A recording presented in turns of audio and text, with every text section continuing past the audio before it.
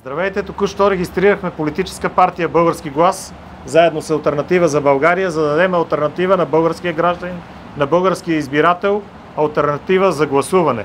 Обикаляйки в страната, хората ни посрещат с думите: ето пак са същите, пак са старите, няма за кого да се гласува. Сега вече българският избирател ще има алтернатива, за гласуване, за да се чуе неговия глас, да бъде представен както в Българското народно събрание, така и в Европейския парламент. Давам думата на колегата. Това, което е важно за нас, това е в Европейския парламент да има прагматизъм, най-вече по отношение на интересите на българския народ, на българската индустрия, на българската икономика, и те трябва да бъдат на първо място преди всички други паневропейски имагинерни интереси.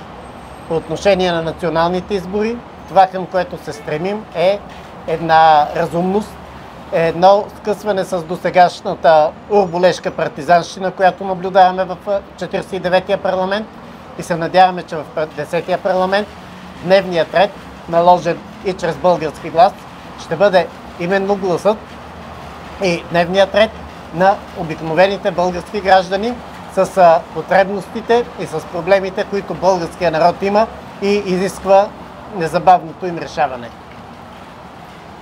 Обръщам се към всички достойни български граждани.